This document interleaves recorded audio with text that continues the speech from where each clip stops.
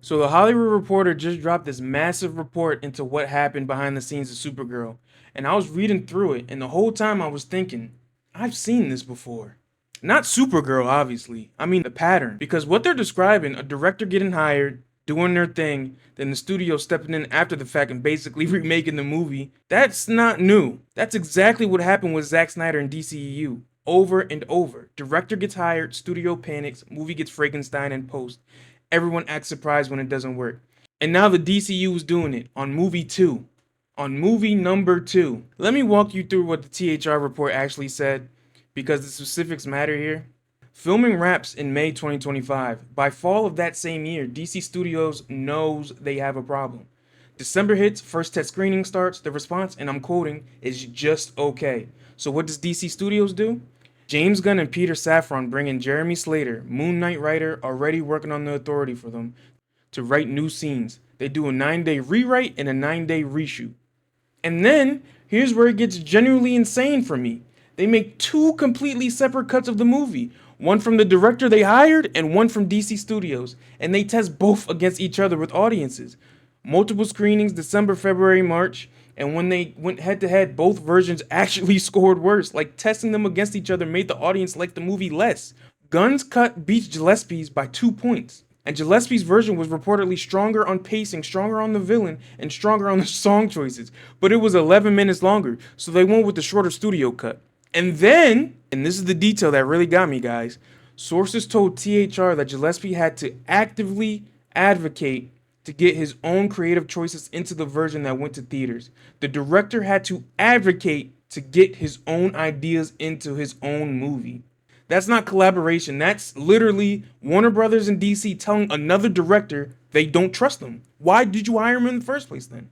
Now, I already know what some of y'all are going to say. Movies go through test screenings all the time. Creative differences happens. This isn't unique to DC. Calm down. And sure, that is a common occurrence in Hollywood. Notes get given. That's normal. But here's the thing.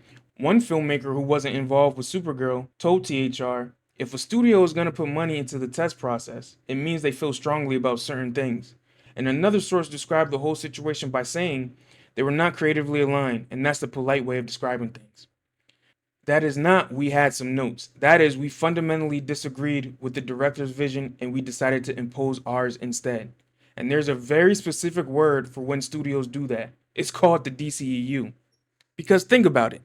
What was the single biggest criticism of the old DCEU? The things fans complained about for years. The studio couldn't leave the directors alone. They hired Zack Snyder, then panicked after Batman vs Superman's reception, and brought in a second director in Justice League to rewrite the tone on the fly. Literally, Justice League was a mess. They hired David Ayer for Suicide Squad, then edited a completely different version of the movie behind his back. They let the whole universe become this chaotic tug of war between creative vision and executive panic. And the whole promise of the DCU, the entire selling point was that it would be different. James Gunn and Peter Safran were going to be the creative shepherds. They were going to trust the filmmakers, let directors cook, no more studio interference, no more Frankenstein edits. That was the promise. And here we are, movie number 2. And what are they doing? Testing two completely separate cuts of the same movie against each other. Rewriting scenes after filming is done, bringing in outside writers to patch things up in post. How is that different from what Warner Brothers did to Suicide Squad or Justice League or any other movie of the past? The faces change, but the behavior is the same. Director gets hired, studio gets nervous, studio steps in, movie suffers. And look, the results speak for themselves. $37 million domestic open, $170 million budget. Variety says they can lose over $100 million on this.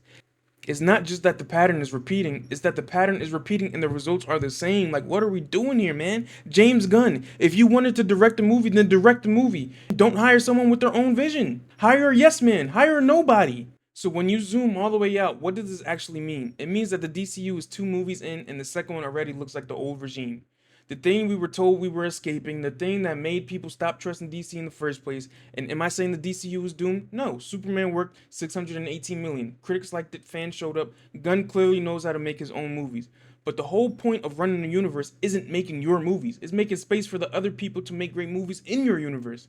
And if 2 movies already look like this, if the guy who promised the filmmakers freedom is already overriding filmmakers, what happens on movie 3? What happens with Wonder Woman? You don't rebuild trust with audiences by repeating the behavior that broke their trust in the first place. But I actually want to know what you guys think on this one. Am I overreacting? Is this just normal production stuff? Am I reading too deep into it? Or are you seeing the same pattern I'm seeing? And a bigger question, do you even care? Like, does any of this behind the scenes stuff affect whether you buy a ticket or not? Or do you just judge the movie that's put in front of you? Drop it in the comments. I read every single one, and I love interacting with you guys. If you got something from this, hit the like button. It's free, and honestly, it helps the channel more than you think. And if you're new, please subscribe. I break down not only DC movies, but movies in general, superhero news, and all the chaos that comes with it. Tap in, and I'll see you guys in the next one.